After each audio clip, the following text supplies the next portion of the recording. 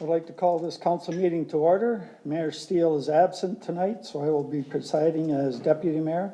Councillor Danch is also absent tonight, and Gary Long is acting CAO. So if you're able, will you please rise for the national anthem?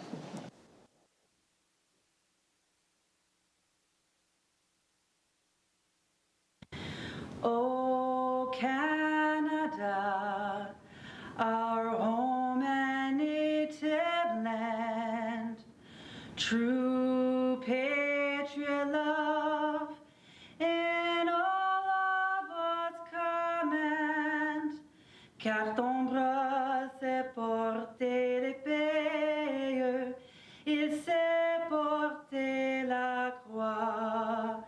Ton histoire est une épopée des plus brillants exploits. God keep our land glorious and free.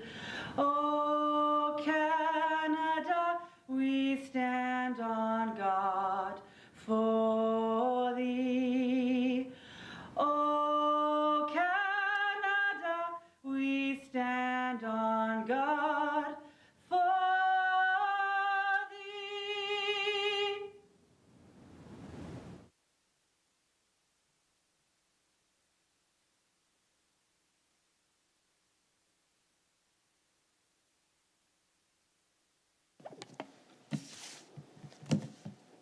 Niagara region is situated on treaty land. This land is steeped in the rich history of the First Nations, such as the Hadawindarunk, the Haudenosaunee, and the Anishinaabe, including the Mississaugas of the Credit First Nation.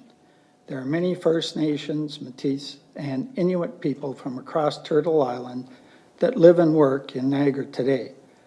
The city of Port Colborne stands with all Indigenous people, past and present, in promoting the wise stewardship of the lands on which we live.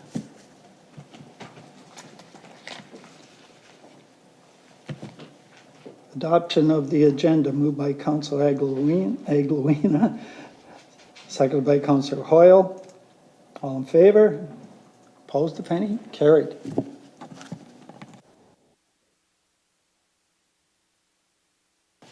Any disclosures of interest this evening?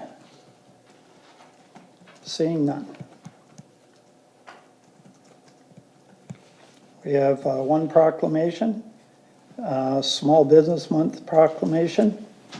Whereas Small Business Month is an annual national celebration, and whereas the continued economic recovery has brought forward new and ongoing challenges for Canadian entrepreneurs, and whereas business owners are finding ways to succeed despite these challenges, and whereas business owners are making their businesses more inclusive and sustainable while driving the Canadian economy, and whereas residents are encouraged to support local small businesses as we look to maintain and recover from these challenges. Now therefore, I, Deputy Mayor Ron Bodner, proclaim October 2024 Small Business Month in the City of Port Colborne and encourage all citizens to recognize and celebrate our small businesses in Port Colborne. All in favor? For this one. Oh, sorry. Sorry again. All in favor? Carried, and that was moved by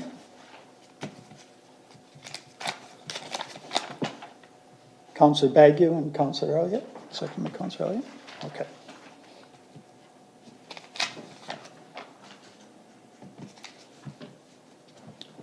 No presentation this evening. Delegations. We have Julie Clute. Sorry if I'm saying it wrong, Julie. If you want to come to the podium there, that'd be great. Yes, right now it'd be great, yeah. And she's going to talk on amendment to zoning bylaw 6575-30-18. So Julie, you push The red button will get you live there. Yeah, and then you got 10 minutes. Thank you. Good evening, members of the council, and to everyone else here this evening who assists with town council meetings. I am thankful to be here tonight to be provided an opportunity to share about something that means a lot to me personally. This topic has been gaining a lot of attention over the years, and in our social climate of today, something that I believe is more important than ever to consider in municipal policy development. This is the practice of having backyard chickens. As of today, having chickens is prohibited by bylaw 6575-30-18.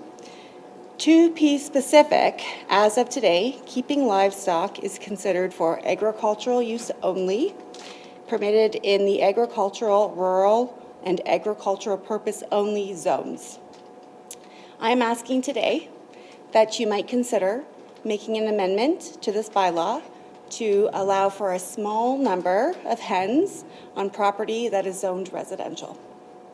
I ask for each of you to keep an open mind while I dive deeper to explore the benefits that having backyard chickens offers. As you can imagine, the benefits go beyond just having fresh eggs. So please allow me to explain. I'd like you to consider how this simple lifestyle change and change in policy can help our citizens, your citizens, meet some of our most fundamental needs, like the desire for autonomy, the drive for mastery, and our connection to nature. First and foremost, let's talk about the most obvious benefits of raising backyard chickens, which is access to fresh, nutritious eggs. If you've ever tasted a freshly laid egg, you will know that there really is no comparison to store-bought eggs.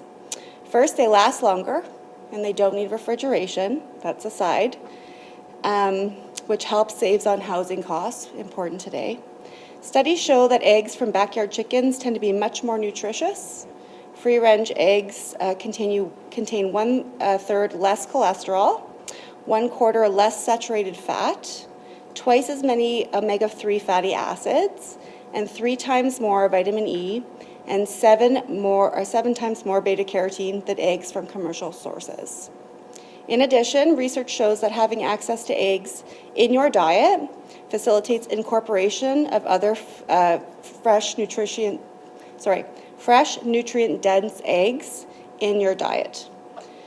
Keeping chickens not only gives you a delicious eggs, but you also get the peace of mind knowing you're feeding your family with nutrient-dense food. Since you control what your chickens eat, you can ensure that the eggs they produce are free of harmful additives or antibiotics, which might be found in commercially farmed eggs. It's a powerful way to take control of your nutrition and to improve your overall health while enjoying the simple joy of collecting eggs every day. The benefits go beyond eggs. Raising chickens can help reduce waste and promote sustainability, something that is essential in today's climate. Chickens are natural composters. They'll happily gobble up kitchen scraps, vegetable peels, leftover bread, and other food that would otherwise be in the trash. According to research, a small flock of chickens can significantly reduce the volume of organic waste that you generate. In fact, a single chicken can consume around 7 pounds of food scraps per month, which is a great way to reduce the amount of waste going to landfills, reduce our carbon footprint. This also reduces, as you can imagine, the draw on municipal services in more than one area. Not only do chickens help with waste, but they also produce valuable manure, which is rich in nutrients like nitrogen, phosphorus, and potassium. When properly composted, chicken manure becomes an excellent organic fertilizer for your garden. It promotes fresh, lush, healthy plants without the needs for chemicals. So if you enjoy gardening, your chickens can provide you with a closed-loop system where nothing goes to waste. It's sustainable living at its best. Let's talk about something many people don't expect from keeping chickens: improved mental health and well-being. It's well documented that interacting with animals can reduce stress and anxiety. One published study found that people who care for animals report feeling calmer and less anxious. Chickens, with their quirky social behaviors, offer companionship and hours of entertainment. I speak to this from experience. Whether they're pecking around the yard or following you around for treats, chickens do have a way of lifting your spirits. Spending time outdoors, caring for your chickens, reconnecting with nature offers a simple, peaceful escape from our fast-paced, tech-heavy world that we live in. This connection with animals and nature can foster a sense of responsibility, purpose, and calm, qualities that are all known to improve our overall mental health. Plus, I do have to say that chickens do really make great pets. They're very low maintenance, yet engaging, and they offer therapeutic benefits without having much animal care that's required. Another key advantage of raising chickens is food security. In uncertain times, having control over part of your food supply is empowering. According to a report by the United Nations, small-scale backyard chicken farming plays an important role in ensuring local food security by providing a steady source of protein.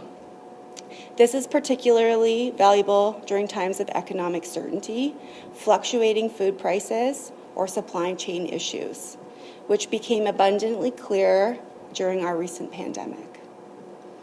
Raising your own chickens means you're less reliant on grocery stores, and you'll never have to worry about egg shortages. You're in control, and in that sense of self-sufficiency, that can give you peace of mind. In fact, backyard chicken keepers experience heightened feelings of food sovereignty, which are likely linked to life satisfaction and reduced stress. I ask you all, why couldn't we all use a little more of these things in our life? Beyond personal benefits, raising chickens can also help build community and provide educational opportunities. Chickens often bring people together, whether it's neighbors sharing egg stories or advice, or local chicken groups that exchange knowledge. I have had the pleasure of experiencing this personally. Did you know a survey conducted by the poultry industry reported that 70% of backyard chicken owners say that they enjoy sharing their experiences with others, which in turn helps build closer, more connected communities. Chickens also offer great educational opportunities for both kids and adults. Children can learn about biology, animal care, and sustainable agriculture, all while gaining responsibility and empathy. And I can tell you that they're so very interested to see the eggs that I'm eating and to explore some fun facts about chickens and chicken eggs with me. The lessons can inspire future generations to prioritize environmental stewardship. Whether it's in schools, foster homes, or even rehabilitation programs, caring for chickens can teach valuable life skills like responsibility, nurturing, and the importance of routine. Especially beneficial for children and young adults who may have experienced trauma or instability. As a mental health worker, I have also had the pleasure of witnessing how these animals can provide therapeutic benefit to those who are desperate in need. In conclusion, raising backyard chickens offers a wealth of benefits, from the satisfaction of gathering fresh, nutritious eggs to reducing household waste, improving mental health and well-being, and fostering even stronger communities. Chickens are a simple way to enhance our lifestyle. As we face challenges related to food security and sustainability, backyard chickens present a practical, effective way to make both a positive impact on our lives and our communities' lives. So whether you're interested in reducing your carbon footprint, enjoying healthier food, or simply building a closer connection to nature, raising chickens could be a perfect choice for our community. And they're not just pets. They're partners in sustainable living, offering joy, fulfillment, and a little bit of feathered companionship along the way. I thank you everyone for your time and your consideration, and I hope that hearing my evidence today will consider will help you to consider to make a change to this bylaw to allow for a small flock of backyard hens. Thank you. Thank you, Julie. Great delegation. Council, any questions? Beauregard? Through you, Deputy Mayor. I have a question, but more to staff, not so much to the delegate. Okay. So, thank you, Thank Ms. you. Kuhl. Is it Cooley? Kuhl. Kuhl, Ms. Kuhl. I agree with a lot of the points that you're saying in terms, especially in a time where, with the high cost of living, it's becoming more, I guess, apparent that you need to become a little bit more self-sufficient, and families are going to have to become a little bit more self-sufficient, whether that's gardening and to get their own vegetables. And I completely understand the protein aspect.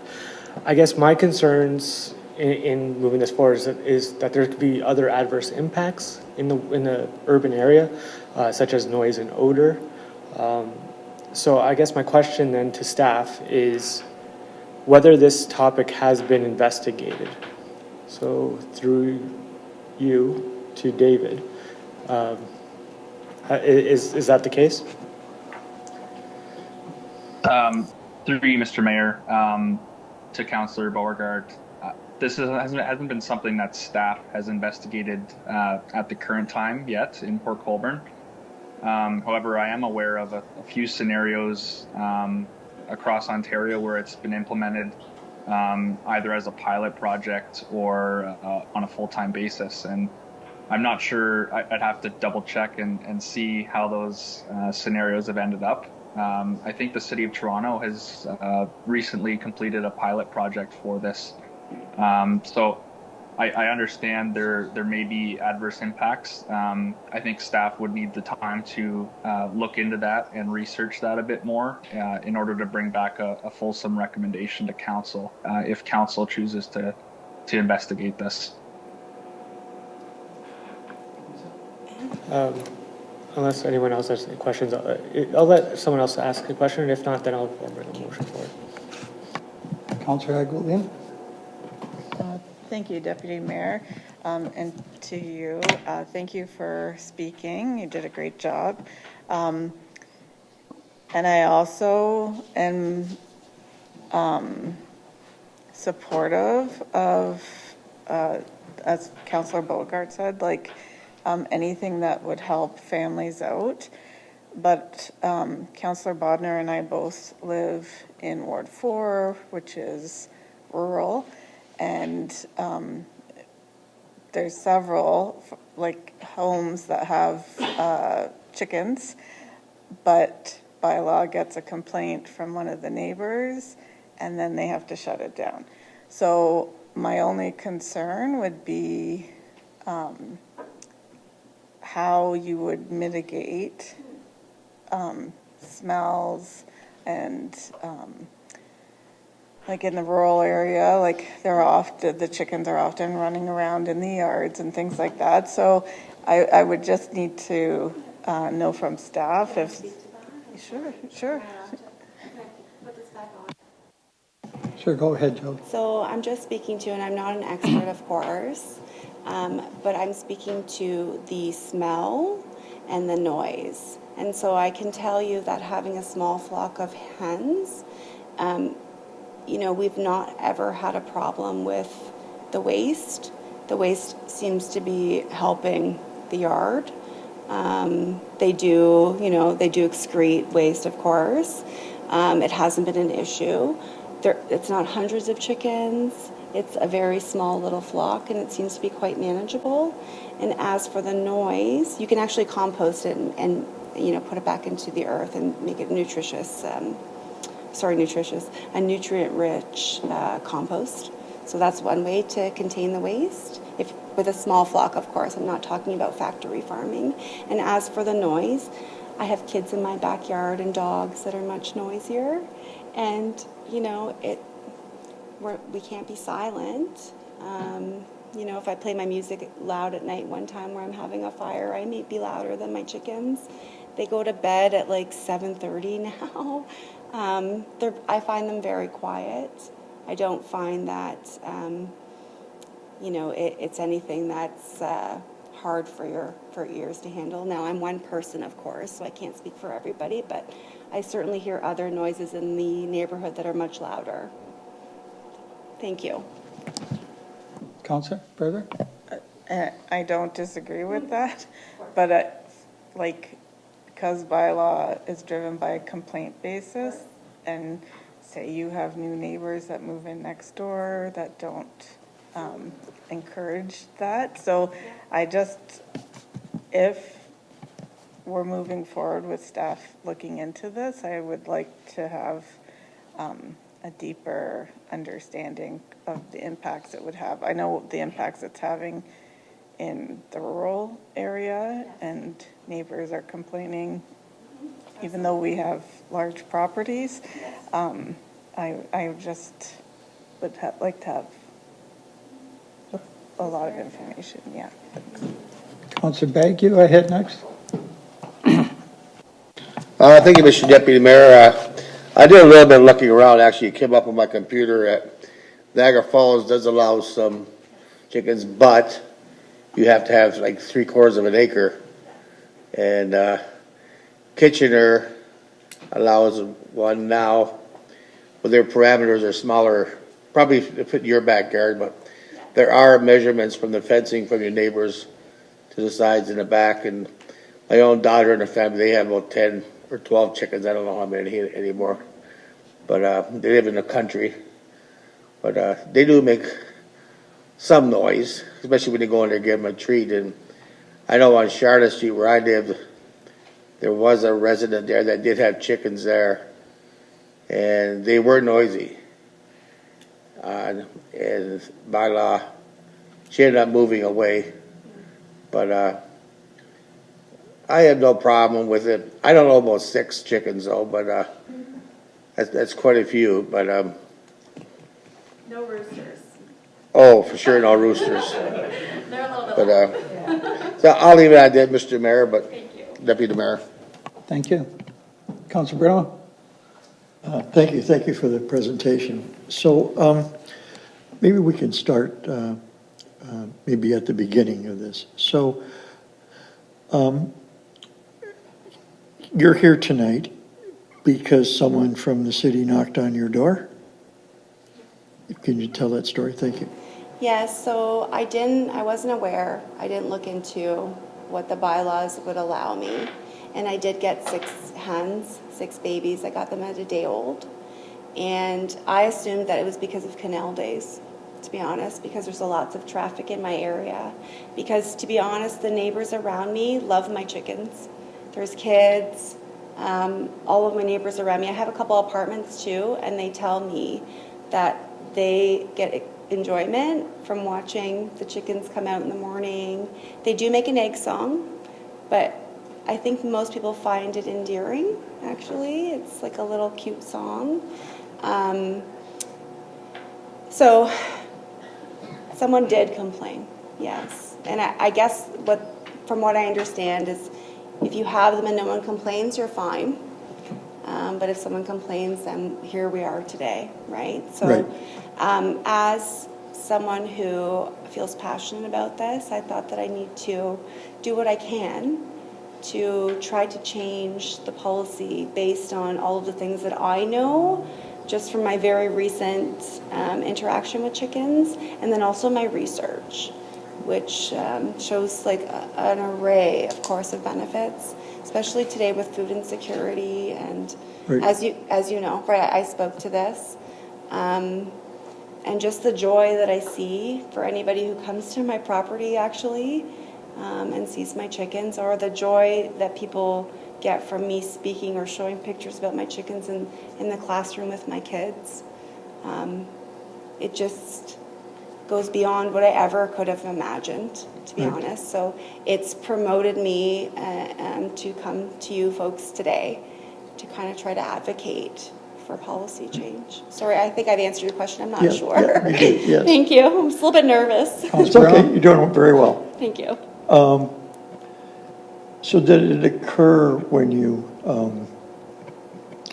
got these chickens to ask at City Hall or planning? Not really, no, and that's my mistake, yeah.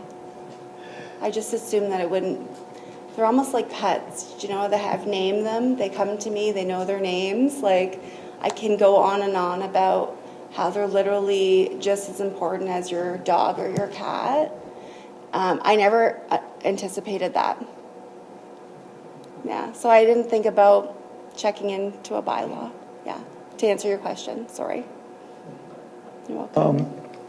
Just to continue, so can I assume that planning or bylaw provided you a solution to comply, Yeah. which can be, risky and expensive if you were to do a change in zoning to do this? So did they make you aware of there is a way No. to have that use? No, the short answer is no. And I asked them how I would come to comply with the bylaw. I understand through my own research that I could apply for a zoning change, which is very expensive and risky because there's no guarantees, of course. I did talk to the mayor, and I did talk to the city clerk. I'm Jessica. Hi, nice to see you in person.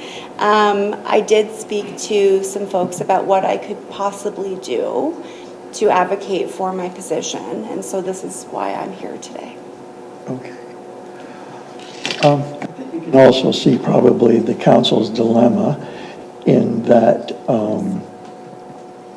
what if there were 10 places and they weren't as compliant Of course. as you, that it's a whole new avenue of doing this within the urban boundary or where it isn't Yes. zoned. And I am concerned that the reason bylaws were put into place in zoning were to also protect those who may not feel the way you do, course. passionately. And of course, there are some people who don't want to complain, notwithstanding it may bother them. So we've had others over the years come with this particular issue and similar. And I don't want you to think it's not that we don't have compassion, and I'm sure, I shouldn't say sure, but I think it's probable that there might be other people in town with chickens, maybe on the edge of the urban rural area, that have and have not had a Yes. complaint. But every time, to me, that shows that we don't either have the right bylaw or that we are doing the right thing, but every once in a while, someone with your passion, concern, and desire, and I'm sure as you've learned, they become part of the family or part of the yard. And so, I think we are a community of laws and rules, so I granted it's risky, but there is a way to put you on the same playing field that everybody else who has a change of use in a use that's not currently permitted, and that is that. I'm just very leery of waiving this, and I don't want you to take an uncalculated risk, but I am concerned that that this does present the opportunity for others to do this, and we're down a hole that could have lots of other implications. So I guess I just wanted to tell you my point, and I wanted to get the background on the record. I appreciate your candor, thank Yeah. you. Yes. That's what I try to do. Thank you. Yeah. Councillor Elliott? Thank you, Mayor, Deputy Mayor, sorry. You answered like 4 of my 5 questions. So we got through those. Just out of curiosity, how long have you had the chickens for? Oh goodness, I got my girls, they were 1 day old. By the way, anybody can get chickens. You don't have to show where you live or anything like that. There's no conditions for getting them, which might be a bit of a tricky thing sometimes for people to understand. Sorry, sidebar. That's okay. I've had them, my girls are about 7 months right now. Okay. They call them my girls because they literally are my girls. I have 6 of them, they're my babies, but yeah. And you've just had the one complaint? As far as I know, whoever did make the complaint didn't provide any identification, which I understand is important, and I understand this. I don't know where it came from, I guess is my... So I'm just trying to understand the background of it. As far as I know, one complaint yes. or more, I haven't heard of any complaints, and you're in Ward 1, and I haven't had anybody call. I don't know if Councillor Bagu has. You have 6, and just for information for us, what would be the number that you would need to make it worthwhile having them if you're like doing it for eggs and the other benefits? Is it 2, 4, 6, 10? That's a great question. So I think Niagara Falls allows 10 hens because roosters obviously come with extra noise considerations. So my girls make an egg song. So when they go to make an egg, they make a song. And when they come out, they sing a little song. And then that's pretty much it. But the roosters will crow in the morning to wake everybody up. And whenever they're going to mate, I think that I've never experienced this firsthand. From my research, though, it can be very noisy. We'll say this, like cats, if you can think about cats, right? So I'm not sure if it's on the same level, but I think that's something with the mating process, that there's some extra noise in the rooster. There's some extra noise. In my view, depending on your family size, so each of my girls lays 1 egg a day. It takes them 25 hours to go through the process of laying an egg, and it's very interesting. So it depends. Like if I have a family of 5, like I have 6 eggs a day, I easily eat 6 eggs a day. It's me and my partner. I hard boil 3 every day, a green one, a blue one, and a brown one. I take them to school to show my kids, and he eats the other 3 in the morning. So it's quite manageable for our lifestyle. But if I had a couple kids, a couple growing boys, I might, easily go through 10 eggs a day. I'm not sure. It's really a personal preference thing, but I know in Niagara Falls it's 10 hens, so I can speak to that. Okay. Just out of curiosity for me, I'll just switch over to David for a second. The change of zoning that has been talked about, just quickly, any idea of what the cost of that is? The application for it? Through you, Mr. Deputy Mayor, to Councillor Elliott, I think you'd be looking at a zoning bylaw amendment, which is about $4,600 under our current fees. And then we'd also have to review to make sure that the zoning change is in accordance with the city's official plan. And in the case that it isn't, that would be another $5,000 application to change the official plan. So I'd say ballpark, you're looking at about $10,000. With no guarantee. So, okay.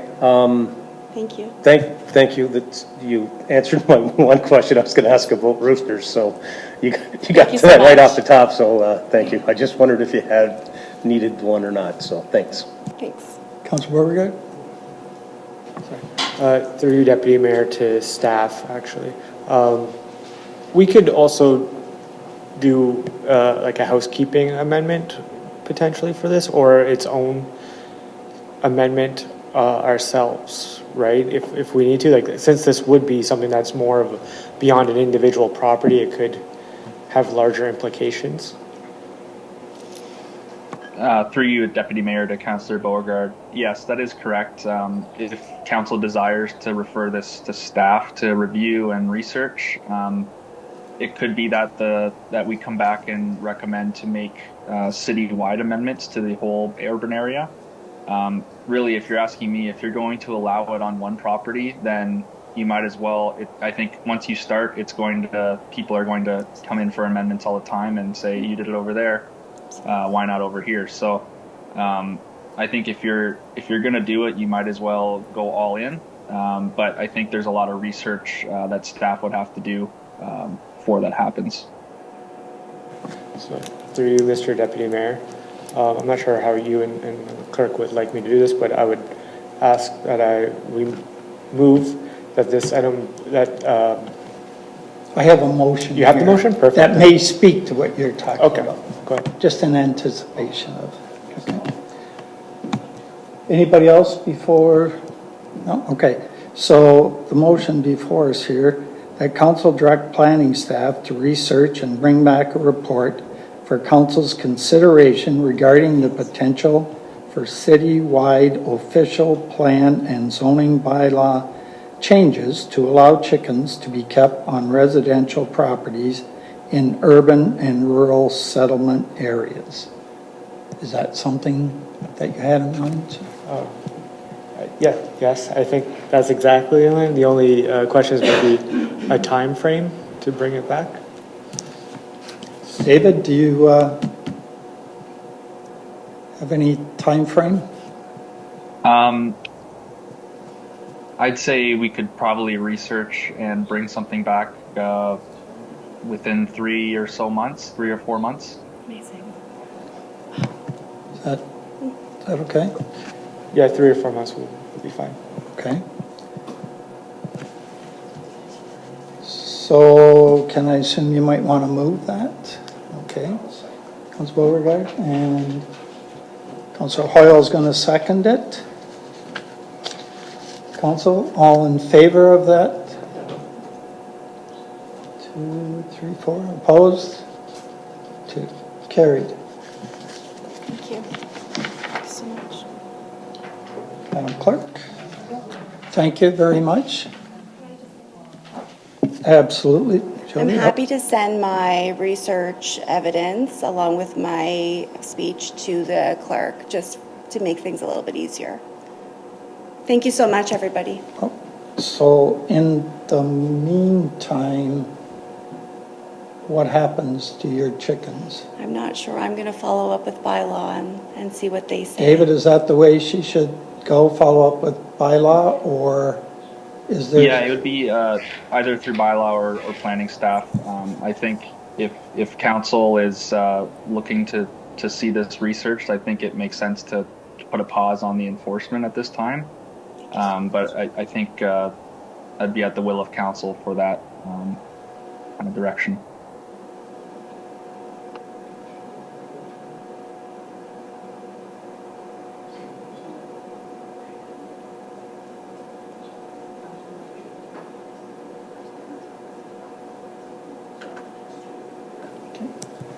Would someone like to bring a motion forward to put a hold on moving the chickens until this report comes back and we vote on it? Please. Oh, amazing. Mr. Hoyle? Thank you so much. Councilor Beauregard? So that's a motion to allow Julie to keep her chickens until council says yes or no on the Thank you so report that much. comes back. Yes, okay. I hope you can I vote? Okay. So you understand the motion, everyone? Okay, all in favor? Oh, thank you so much. Carried. Thank you so much, everybody. Will do. All the best, everybody. You did well, Julie. Okay.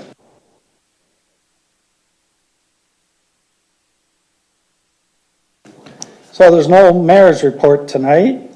The regional councillor isn't with us tonight, so nothing there. Now we're into the consent agenda. So item 11.3B has been lifted from the consent agenda for separate discussion. Does anyone have any brief comments or questions on any of the other consent items tonight?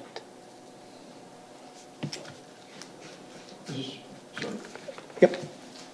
sorry, Councillor Brown. I had a little moment there where I wasn't listening. Are you talking about items that? Are you talking about items that haven't been lifted? Right. Yeah, I would like to speak now to the short-term rental. Yeah. Oh, that's been looked at. Oh, sorry. Short-term That's what I thought, has but, been looked at, sorry. okay.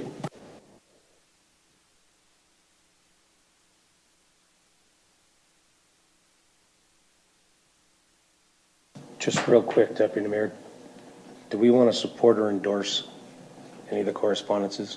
Did anybody see anything that's, just so that doesn't fall through, that we didn't support or endorse? That would be up to you, sir. Yeah, no, I just wondered if anybody had it and just overlooked it or anything like that. I didn't know, Everybody okay? Deputy Mayor, if you had anything that you wanted. Okay, that's Thank good. you. Yep. Everything's okay with that, I guess? Just double check. Okay, so.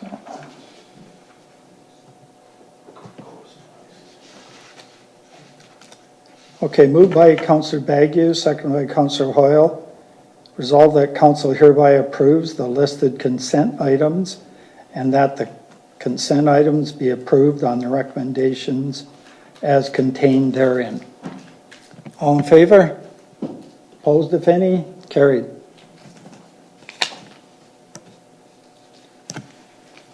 So items requiring separate discussion. Item 1.3B from the consent agenda has been lifted for the consideration for separate discussion. And that is to do with the short-term rental official plan and zoning bylaw amendment.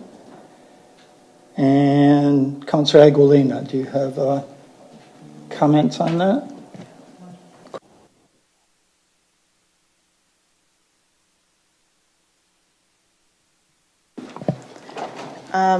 Thank you, Deputy Mayor, and this is to staff, and I apologize, it's the bylaw. And I had a question. So I apologize, David, for my ignorance on this, but item 2.27.2, no, that's not it. Sorry, I'm not ready for. Oh, 2.27.3 says a short-term rental accommodation shall not be permitted in an accessory building or structure. And 2.27.4 says a short-term rental accommodation may be permitted in a legal interior accessory dwelling unit in accordance with the provisions of section 2.9.1 and 2.9.1.1. Can you explain the difference between those two to me? Because I'm thinking that the first one is like a detached garage that you might have space up above, and I don't understand what the legal interior accessory dwelling might be. David, would you like to explain that? Yeah, through you, Mr. Deputy Mayor, to Councillor Aquilina. The bylaw, the intention is to prohibit short-term rentals from being located in typical like accessory buildings like sheds and garages. The additional provision for the accessory dwelling units, I think the key there is that these are, legal dwelling units that have been inspected by the building department and the fire department to ensure that they're suitable for human habitation, whereas traditional regular accessory buildings may not be meeting that criteria. So I hope that answers your question. Yeah, so so it's just basically it's been approved by building, like it's got water and sewer and all of that stuff. Exactly. That's the difference. Yes. Okay. That was my question. Sorry. Thank you. You weren't the only one that was puzzled by that, Councillor. Councillor Bruno. Thank you, Your Worship. I'm not going to go through the 25-minute conversation I had with David today to understand why we're doing zoning bylaw amendment and official plan when we could just do the licensing, which I now better understand why it's a good foundation, I guess, for lack of a better word, to do a licensing bylaw. So what I'm concerned about is the insufferable amount of time that we've spent trying to get to an end game and missed this last summer. When I hear of other communities who've enacted theirs a year or 2 years ago and started at the same time or after us. So I am encouraged that with the passing of this, we can maybe move on to the licensing provisions. So I guess my final statement before a question is, and a motion, if need be, is that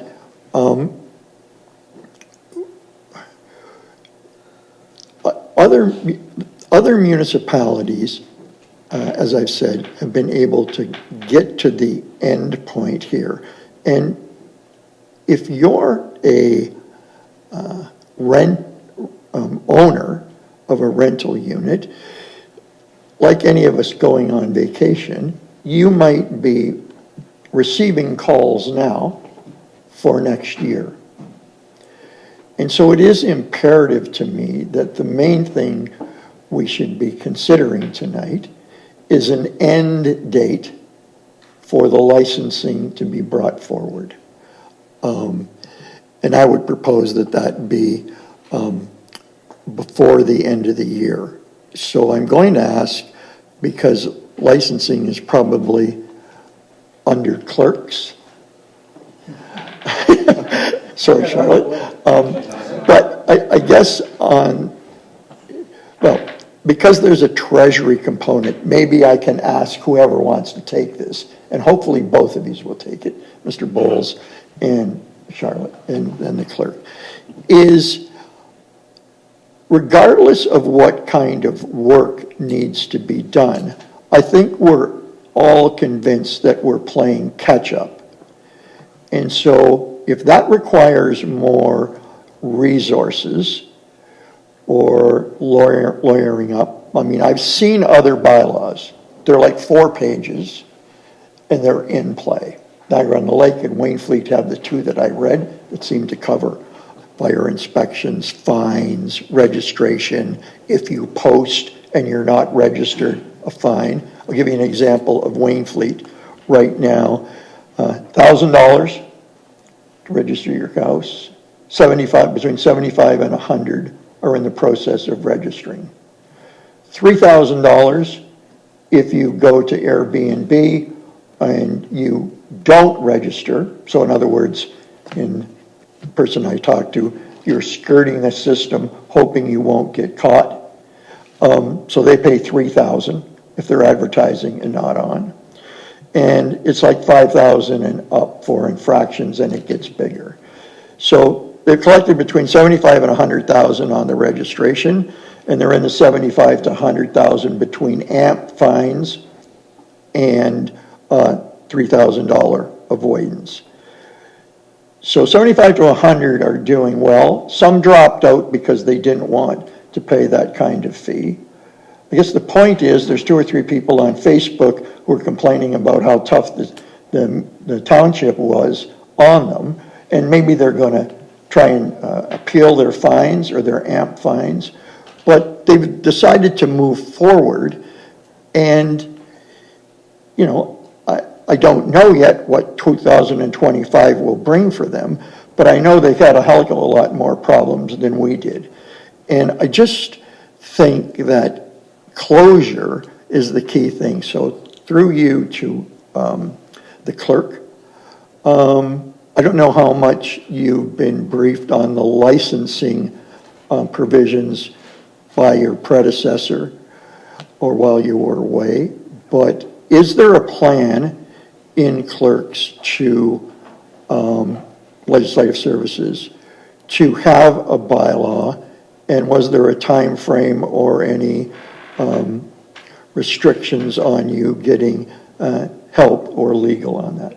Sorry to spring that on you, Madam Clerk, but that part just came to my mind tonight.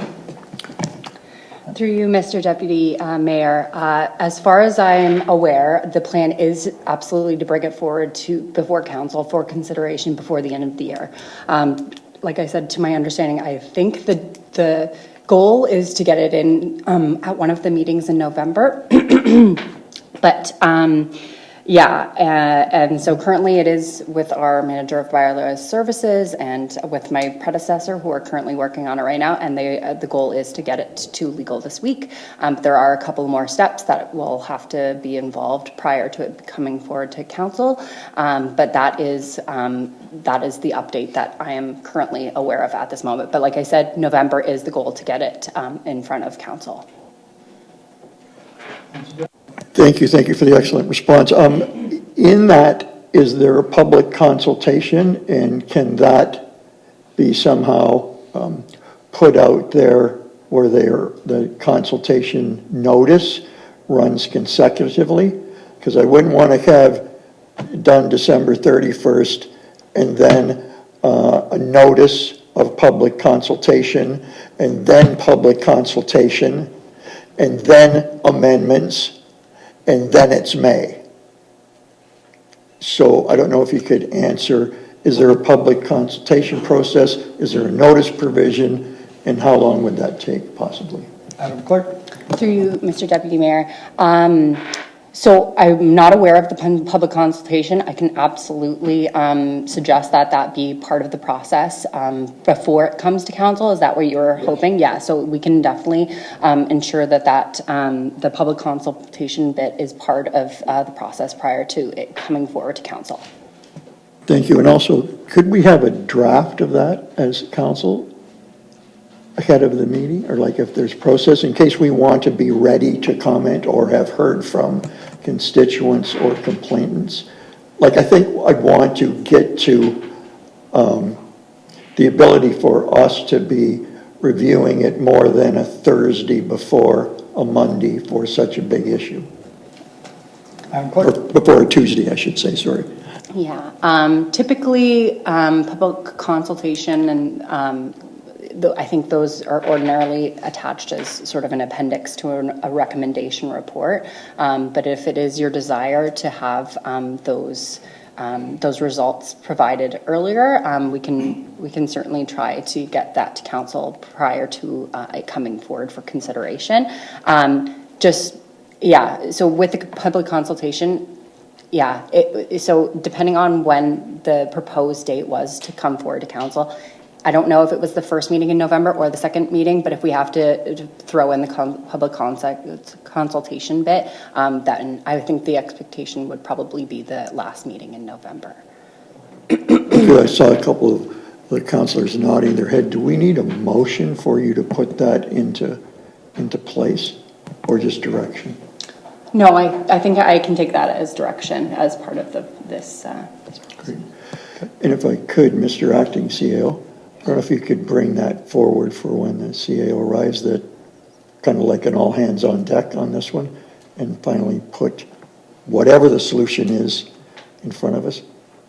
So I know he has the authority to direct staff or to resources to get this done. Mr. Long? Yeah, through you, Mr. Deputy Mayor. I'll definitely update the CAO when he's back next week. I can also confirm for council that the short-term rental bylaw and the public consultation is a priority. I know there's been a number of conversations about it today, so it has been prioritized internally, corporately, but rest assured I will update the CAO next week. Through you finally to Mr. Bowles. With respect to the role of Treasury license, is that just setting the fees or fees that you have to budget for or enforcement of it? I mean, is this a budget matter, revenue versus expense? Mr. Waltz? Through the Deputy Mayor to the Councillor and Council, when we now have the 2024 budget published, and we have noted in it that we've left the short-term rental bylaw outside of it, And we've done that because as this bylaw is being completed, however it gets finalized, that'll impact the costs. And the bylaw will be done and put forward as a cost recovery program. So the revenues will offset the costs, and we'll present that to council at the time. So we'll do that as a budget amendment, and we'll add the revenue and the expenses at the time. I think those that may be looking at this going forward, and when you look at other municipalities, fees often range at around $1,000 for somebody to register. There are fees that are upwards of $1,700 in some jurisdictions. We'll be at a position to kind of set and recommend to council the fee to cover the costs as the bylaw gets completed, because we'll know the number of steps that have to be taken to be able to fulfill it. Thank you. You just answered my second question. I was going to ask you if you'd had a look at other jurisdictions. That's all I have. Thank you, Mr. Deputy Mayor. Other councilors' comments on this? I think the general feeling is that we need to really move this along. And I think staff got the message, and looking forward to seeing that draft bylaw presented to us.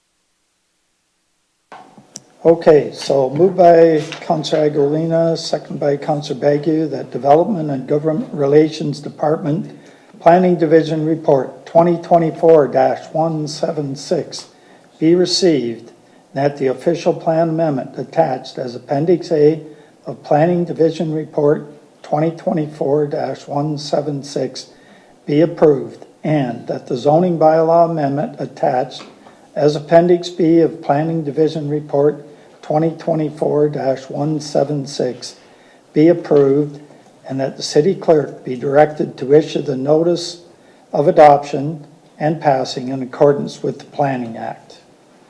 All in favor? Opposed, if any? None.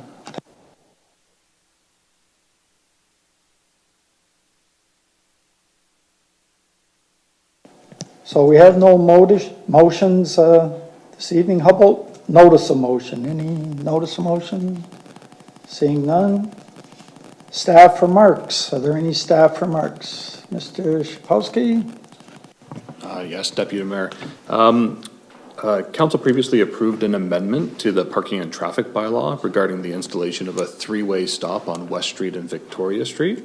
We wanted to let council know that this work is planned to take place all throughout next week. It should last 3 to 5 days, and area residents are going to be delivered notices tomorrow morning.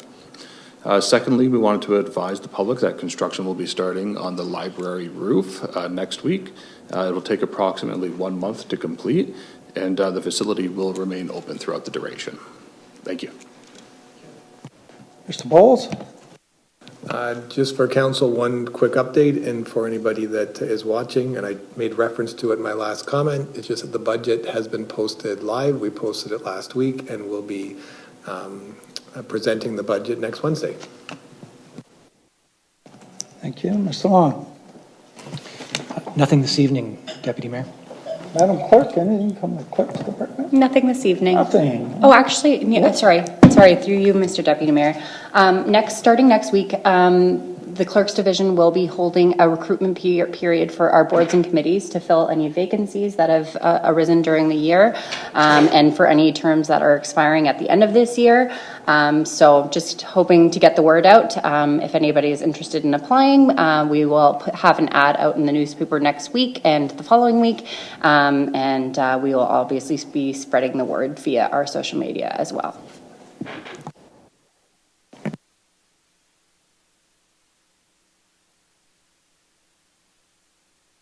No report. Councillor Elliott. Thank you, Deputy Mayor. Just a couple quick things. One, through you to Steve. Took a walk by Tennessee Avenue, and the gates are getting repaired, updated, whatever you want to call it. I did notice that there are several of the blocks, stones, I don't know what you want to call them, that have been broken. What's the plan to replace those, and what do we replace them with?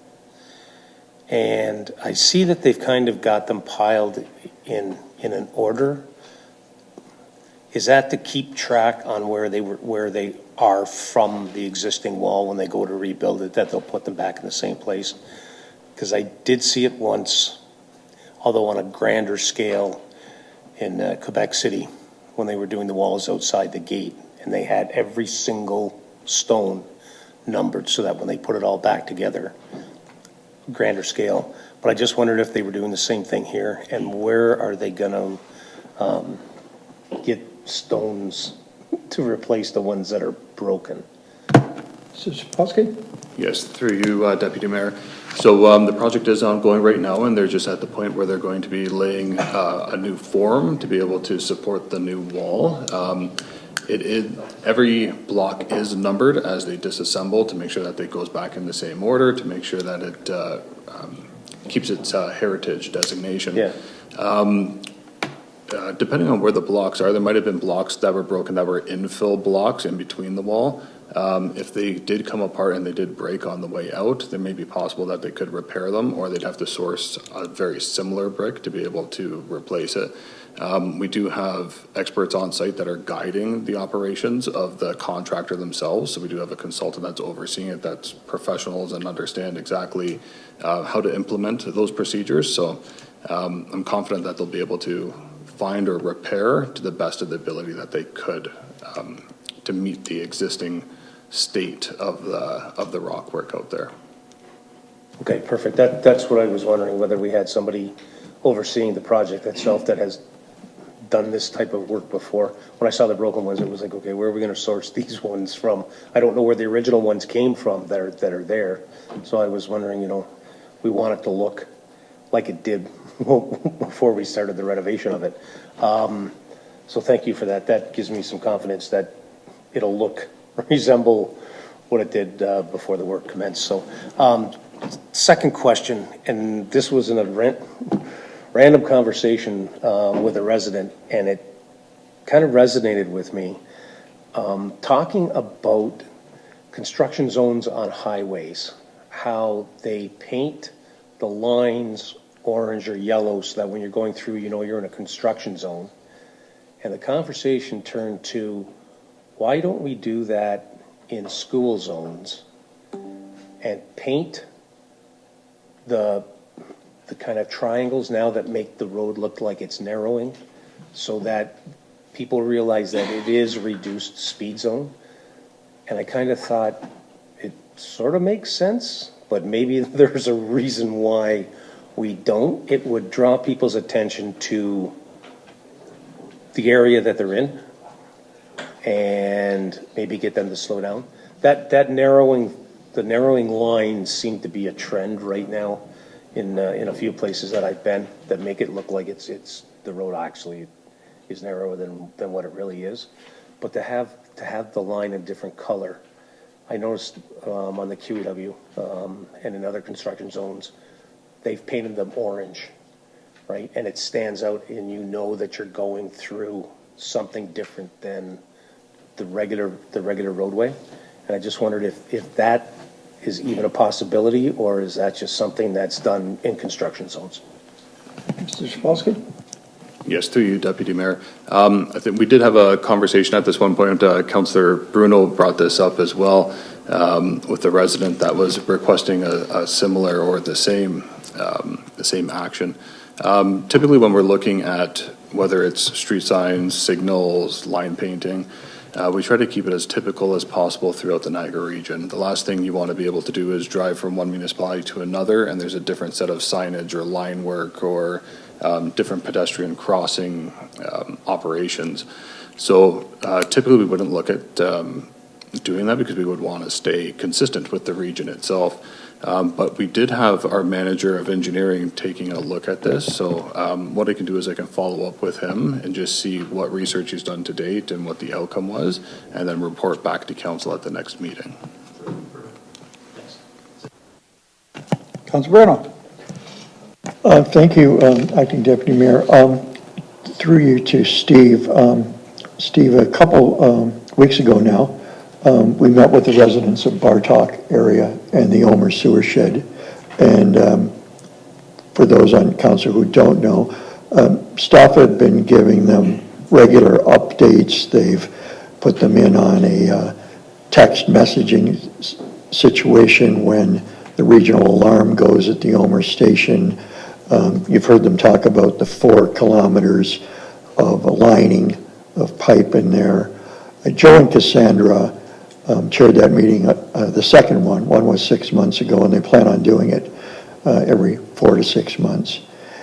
And they did a fantastic job and explaining what the reductions are coming through that pipe now. And I just wanted to share with you, and I'll just paraphrase some of it. So this is from a couple who've lived there for 34 years, and they've had 3 floods. And they've probably been through, what's that, maybe with the 3-year terms for a while, 9 councils and various engineers and staff. And so to paraphrase Barry, and I would like to take a moment to thank you all for your time and expertise.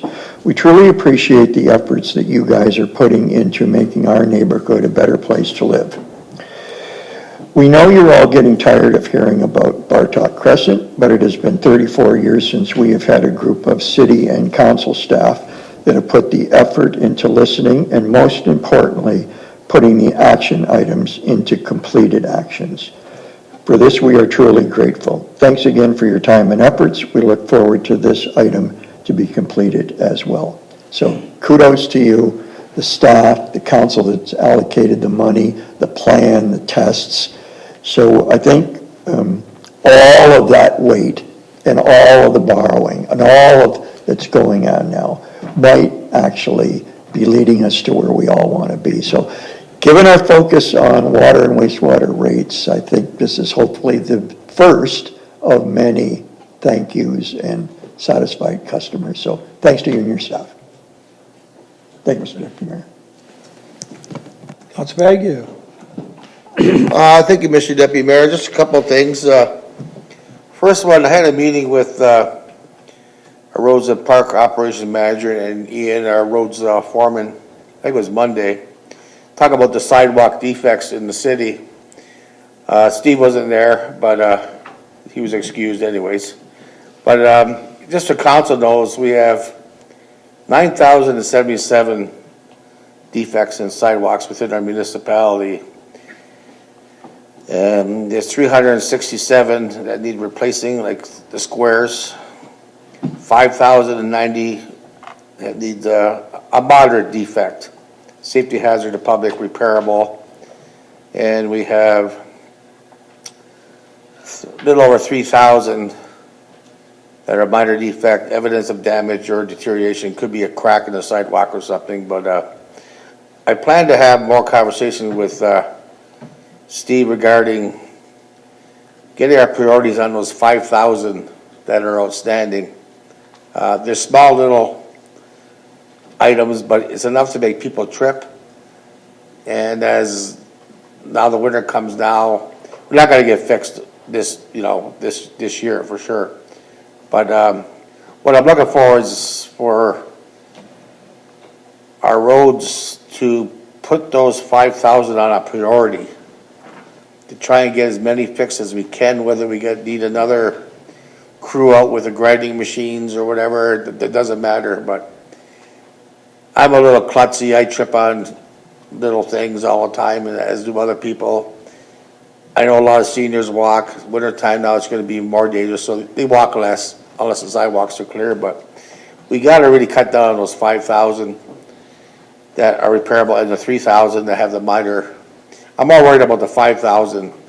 Those are the ones you stub your toe in and you do a face plant. And I've had a few pictures on my phone from residents where for their face plants, they can't go out of the house for over a month until they get better. So just forewarn Steve, we'll have another get together and we'll talk about it, and maybe we can bring something back to council later on. And the other thing, I took John down Homewood today. You're changing the sewer line, I guess it is, or the water line. So I got on the SUV, took a walk over on the edge of the construction. I didn't go in the construction area. And the steel pipe there was like 10 to 12 inches. And it was riveted about every 2 inches. Is that the existing water pipe that was in there, Steve? Mr. Sapolsky? Through you, Deputy Mayor, that might have been a steel, corrugated steel pipe. That would have been the storm sewer that was probably closer to the area. There is a cast iron pipe that is in there, and that it's a water main though. So that would be closer to a 6-inch pipe that would have been there for the water main. So they're not actually, to you, Deputy Mayor, they're not actually taking it out, they're just laying the new line aside of it and then activate it once it completed, I guess, right? Yes, through your worship. So what will typically happen is the new water main will be installed, will be commissioned, and then we'll start transitioning over these services just to prevent any delayed water or not having water throughout a duration. Alternatively, there is the means to be able to put temporary water lines out there, which would sit on the side of the road or in the gutter of a curb, just based on Homewood and the actual extent of construction. We were able to find a spot that's suitable for the new water main and then transition the curb stops over. So there'll be a portion where there's 2 water mains running in the road that are active. We'll transition over and then decommission the old one. Thank you, Steve. I'm good, Mr. Deputy Mayor. Thanks. Councilor Beauregard. Councilor Agolina. Thank you, Deputy Mayor. I just wanted to give a thanks for the Friends of Roselawn Committee. Thank you to all the volunteers for the tea and fashion show on September 29th, and to all that purchased tickets to attend. I wasn't able to attend myself, but I believe it was a great success.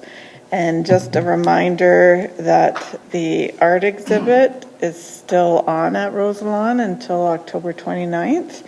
And planning sessions are starting for the Christmas market. So anyways, that's it. Thank you. Thank you very much.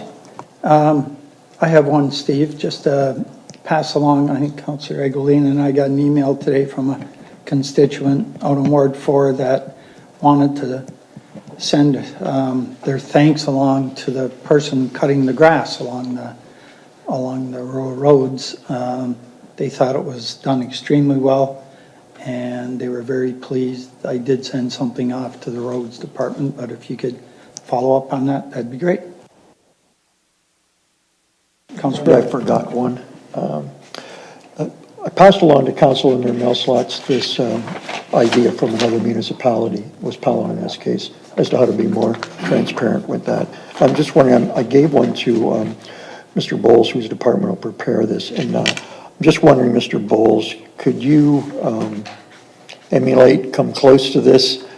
Could we have it for this year's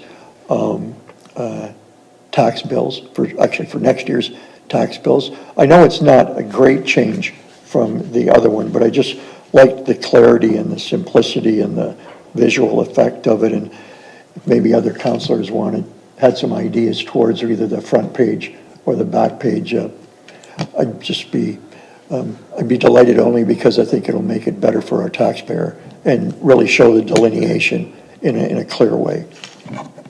Mr. Walls? Yeah, through the deputy mayor and the councilor and council, we're happy to. And I guess one thing that I would ask or just note to council is the way some other municipalities have done their tax inserts. Every municipality seems to have a different way to do it. And the way that we've done ours in the last couple of years, when we presented the budget, we presented it in the budget package the same way. But we're more than happy to change it for the insert and to take any council commentary as well. The insert won't go out until next year's tax bill, so we have a little bit of time to double check it. And just like we've done in past years, we'll put it together and send it out and get some input from council, and then we'll have it prepared to go out with the tax bill. So more than happy to do that. Great. Thank you, Mr. Councilor? Okay, anybody else forget anything? No, all good?